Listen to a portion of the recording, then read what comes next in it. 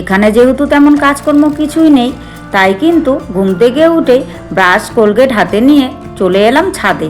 এখানে এসে দাঁত ব্রাশ করছি আর চারিদিকটা দেখছি। আর চারিদিকটায় দেখো কি রোদ্দুর উঠেছে। এখন কিন্তু খুব বেশি বেলা হয়নি, সবে বেলা বাজে সকাল 7টা। এখনই দেখো কি হারে রোদ্দুর উঠেছে জানো তো। যাই হোক, শুভ সকাল আমার প্রিয় বন্ধুরা, সকলে কেমন আছো? আশা করছি যে যেখান থেকে আমার এই ভিডিওটি দেখছো সকলে ভালো আছো, সুস্থ আছো। আর আমরাও খুব ভালো আছি। জলপাইগুড়ি জেলার এই ছোট্ট গ্রাম থেকে আমি মামনি আবারও চলে আসলাম নতুন একটা ব্লগ ভিডিও নিয়ে। সম্পূর্ণ ভিডিওটা জুড়ে আমার সাথে থাকার অনুরোধ রইল। যারা নতুন এসেছো, ভিডিওটা যদি ভালো লাগে প্লিজ একটা লাইক করে চ্যানেলটি সাবস্ক্রাইব করে আমার পাশে থেকো। আর যারা আগের থেকেই আমার পাশে আছো তাদেরকে আমার অসংখ্য অসংখ্য ধন্যবাদ। এখন বেলা বাজে সকাল 7টা, আর এখন থেকেই আমি তোমাদের সবাইকে সাথে নিয়ে আজকের ব্লগটি শুরু করে দিয়েছি। আই হোপ আজকের ব্লগটি তোমাদের খুব ভালো লাগবে। তো বন্ধুরা, তোমরা তো দেখতেই পেলে যে ব্রাশ ট্রাশ করে আমি সোজা চলে এলাম ঘরে। আর ঘরে এসে চা খেয়ে নিচ্ছি। আসলে কি বলো তো, জল শেষ হয়ে গেছে, সে কারণেই কিন্তু আর চা করতে পারিনি। পাশেই দোকান থেকে চা নিয়ে এসেছি 3 কাপ। 1 কাপ আমি ঢেলে নিয়েছি আর গ্লাসের মধ্যে 2 কাপ চা মাকে দিয়েছি। আসলে অল্প করে চা, অল্প পরিমাণ চায় মায়ের হয় না, সে কারণেই 2 কাপ নিয়েছি। আর দোকানের কাপ তো ছোট ছোট, তাই কিন্তু মাকে হচ্ছে গ্লাসে করে 2 কাপ চা একসঙ্গে করে দিয়েছি। আর জল থাকলে হয়তো ঘরেই চা করতাম, যেহেতু জল নেই তাই কিন্তু চাটাকেও কিনে নিয়ে এসেছি। তারপর চাটা খেয়ে একদম ফ্রেশ ট্রেশ হয়ে নিয়েছি, মানে স্নান ধান সেরে নিয়েছে। স্নান ধান সেরে ছাদে এসে জামাগুলোকে মেলে দিলাম। আর দেখেছো কি হারে রোদ্দুর, মানে এখন কিন্তু 9টা মতন বাজে, তবুও কি হারে রোদ্দুর, মানে ছাদে টেকাই যাচ্ছে না, মানে খালি পায়ে তো পাই দেওয়া যাচ্ছে না, এত রোদ্দুরের তাপ।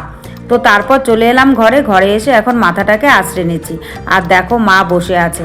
আসলে আমরা তো এখন ব্যাঙ্গালোরে আছি, তো এখানে কি বলতো তেমন তো কাজকর্ম নেই, আমরা গেস্ট হাউসে আছি। তো মাকে ডাক্তার দেখাতে নিয়ে এসেছি। মায়ের হার্টের সমস্যা, হয়তো বা অপারেশন হবে, তো এখনও পর্যন্ত ডাক্তার দেখানো হয়নি। আর এখানে ডাক্তার দেখাতে গেলে প্রচুর সময় লাগে, তো সে কারণে এই গেস্ট হাউসে ভাড়া নিয়ে আছি একটা রুম। আর এখানে জানো তো মানে ভাড়ার দাম প্রচুর বেশি, তো সে কারণে একটা রুমে কোনো রকমে আমরা দুজনাই আছি। তারপর আমি রেডি হয়ে চলে এসেছি মাকে নিয়ে বাজারে। আর রান্না করব, ঘরে কিছু নেই, তো সে কারণেই ভাবলাম একটুখানি। আর আমরা যে গেস্ট হাউসে আসছি সেখান থেকে নিচে নামলেই বাজার, খুব বেশি দূরে নয়, তাই মাকে নিয়ে হাঁটতে হাঁটতে চলে এলাম বাজারে। আর এসে সবজিগুলো দেখেছি, সবজিগুলো দেখতে বেশ ভালো লাগছে, কিন্তু খুব একটা ভালো নয় জানো তো, মানে কি বলবো, শুটো হয়ে গেছে। আমাদের এখানে সবজি বেশি দিন থাকলে পরে পচে যায়, এখানে দেখি সবজি পচে না, শুকিয়ে যায়। আর সব সবজিগুলো যেন কেমন, আর দাম যেন প্রচুর বেশি, মানে এখানে এত দাম বেশি ভাবতে পারিনি। শুধুমাত্র পেঁয়াজটাই দেখলাম একই দাম, আর বাদবাকি সব সবজির দাম কিন্তু আমাদের ওখানকার থেকে দ্বিগুণ। আর এখানে শুধু সবজি নয়, যে কোনো জিনিসের দামই দ্বিগুণ, শুধুমাত্র পেঁয়াজ বাদে। তো যাই হোক, তবুও তো খেতে হবে বলো, হোটেলে খেতে গেলে মানে অনেক খরচা, তার মধ্যে আবার পেটও ভরবে না। আর দুজনায় মিলে হোটেলে খেতে গেলে সারাদিনে সকাল দুপুর রাত মিলিয়ে প্রায় 300 টাকার কাছাকাছি চলে যায়। আর আমরা যদি ঘরে রান্না করে খাই তাহলে অনেকটাই কম লাগবে আর তৃপ্তি করে খাওয়াও যাবে। আর হোটেলের খাওয়া তো তৃপ্তি হয় না, কিভাবে রান্না করে।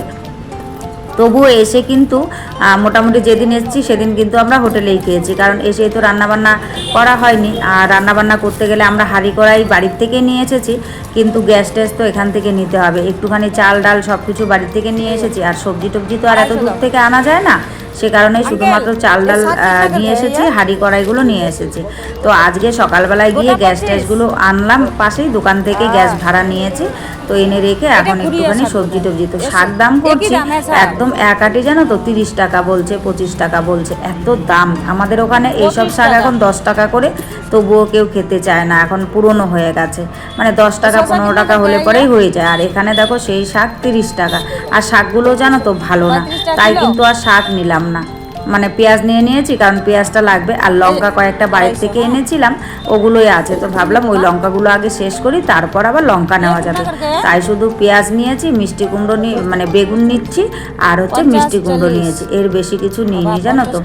আর কি বলো তো বন্ধুরা, মানে এখানে এসেছি একদমই ভালো লাগছে না, কিন্তু ভালো না লাগলেও তো থাকতে হবে, কিছু করার নেই, যেহেতু বিপদে পড়ে এসেছি। আর মায়ের শরীরটাও তেমন একটা ভালো নেই, ডাক্তার না দেখিয়ে তো যাওয়া যাবে না, এত দূরের রাস্তা, 3 দিন লাগে আসতে জানো তো। তো সে কারণেই ভাবলাম যে থেকেই যাই আর কি রুম ভাড়া করে। আর আমাদের ওখানকার পরিবেশ আর এখানকার পরিবেশের মধ্যে দিন রাত তফাৎ, মানে কি বলবো আর, মানে আমাদের গ্রামের পরিবেশে সকালে উঠলেই কত সুন্দর পাখির কাকলি শোনা যায়, তারপর হচ্ছে চারিদিকটা বেশ ভালো লাগে আর কি। আর এখানে চারিদিকে শুধু ইট কাঠ পাথর, আর কিচ্ছু নেই, মানে কোনো পাখি শব্দ শোনা যায় না, কাক পক্ষী তো মানে দূরের কথা আর কি, কোনো কিছু শব্দ শোনা যায় না, শুধু সকালে উঠে মানুষের কোলাহল, গাড়ির শব্দ, ট্রেনের আওয়াজ আর ইট কাঠ পাথর চারিদিকে। তো কী করবো, ওভাবেই থাকতে হবে যেখানকার যেই মানে পরিবেশ আর কি, তো তাই আর কি ওভাবেই আছি। তো সে কারণে খুব একটা ভালো লাগছে না। তো তারপর দেখো আমি সবজি টবজি নিয়ে নিলাম, সঙ্গে কিন্তু ভেন্ডিও নিয়ে নিয়েছি। তারপর চলে এলাম মাছের দোকানে। আসলে মাছগুলো দেখছি তো বড় বড় মাছ খেতে মানে ভালো লাগে না। তো এই দিকটায় দেখতে পেলাম যে চিংড়ি মাছ আছে। তো চিংড়ি মাছটা দেখে মনে হলো যে না, বেগুন নিয়েছি আর হচ্ছে মিষ্টি কুমড়ো নিয়েছি, ঢেঁড়স নিয়েছি, এগুলো দিয়ে চিংড়ি মাছ রান্না করলে খেতে কিন্তু বেশ ভালো লাগে। মাও বলছে ওগুলো বড় মাছ নিতে হবে না। আর পাশেই মৌরলা মাছটা ছিল, তো মৌরলা মাছটা দেখি বেশ নরম হয়ে গেছে, না হলে মৌরলা মাছটা আমার খুব পছন্দের মাছ, তো ওটা নরম হয়ে গেছে বলে ওটা আর নিইনি। আর এখান থেকে অল্প একটু চিংড়ি নিয়ে নিয়েছি 50 টাকার। আসলে আমরা তো দুজনাই আছি, তো বেশি আর নিইনি, ওই সামান্য 50 টাকার চিংড়ি নিয়ে নিয়েছি। আর হচ্ছে কি বলতো, পাশের বড় বড় চিংড়িগুলো ওগুলোর দাম একদম ডবল, সামান্য একটু বড় বলে ডবল দাম, জানো তো। তাই কিন্তু ওই ছোট চিংড়িগুলো, ছোট বলতে খুব ছোট না, মিডিয়াম সাইজের আর কি, ওগুলোই 50 টাকা নিয়ে নিলাম। আর পাশের মাছগুলোকে দেখো কি সুন্দর সাজিয়ে রেখেছি, আর পাশেই রাস্তার পাশেই সব কিছু, দূরে যেতে হয় না, জানো তো। তো যাই হোক, চিংড়ি টিংড়ি সব নিয়ে চলে এসেছি সোজা রুমে এসে আমি হাত ধুয়ে নিয়েছি। আর এদিকে আমি টুকিটাকি কাজ করছি। মা বললো তাহলে মাছটাকে আমি বেছে দিই, তাই কিন্তু মা দেখো মাছটাকে খোসা ছাড়িয়ে দিচ্ছে। আসলে চিংড়ি মাছকে তো কাটতে হয় না। আর একটা বড় কথা, অন্যান্য মাছ কেন আনিনি জানো, কারণ কাটার বন্দোবস্ত নেই এখানে। চাকু দিয়ে কাটাকুটি করি, চাকু দিয়ে তো কাটতে তেমন একটা পারি না, বটি দিয়ে কেটে অভ্যাস, সে কারণে চিংড়ি মাছটাই এনেছি। চিংড়ি মাছটা আনলে তো আর কাটার কোনো ব্যাপার নেই, শুধুমাত্র খোসা ছাড়ালেই হবে। আর জানো তো বন্ধুরা, এর আগে কখনো না এভাবে মানে বাইরে থাকিনি আর কি, তো সে কারণে বাইরে থাকার পরিস্থিতিটাও আমাদের জানা ছিল না, অজানা পরিস্থিতি, অজানা সব কিছু। তবুও সাহস করে দুজনাই মিলে চলে এসে এখন আছি, আর দুজনাই মিলে রান্না বান্না করে ঘরের মধ্যে খাচ্ছি। কি করব, কিচ্ছু করার নেই। এই গ্যাসটা দেখো, ট্যাঙ্কিটা 2.5 কিলো ট্যাঙ্কি, এটা ভাড়া নিয়ে এসেছি, ওভেনটাও ভাড়া নিয়ে এসেছি। তো আর ছোট্ট হাঁড়িটা বাড়ির থেকে নিয়ে এসেছিলাম, হাঁড়িতে করে ভাত বসিয়ে দিয়েছি। আর এদিকে দেখো চাকু দিয়ে সবজি কেটে নিচ্ছি। আসলে আলু আর মিষ্টি কুমড়ো এগুলো দিয়েই হচ্ছে সবজিটা রান্না করব। বিদেশে এলে একটা কিন্তু অভিজ্ঞতা হয়, জানো তো।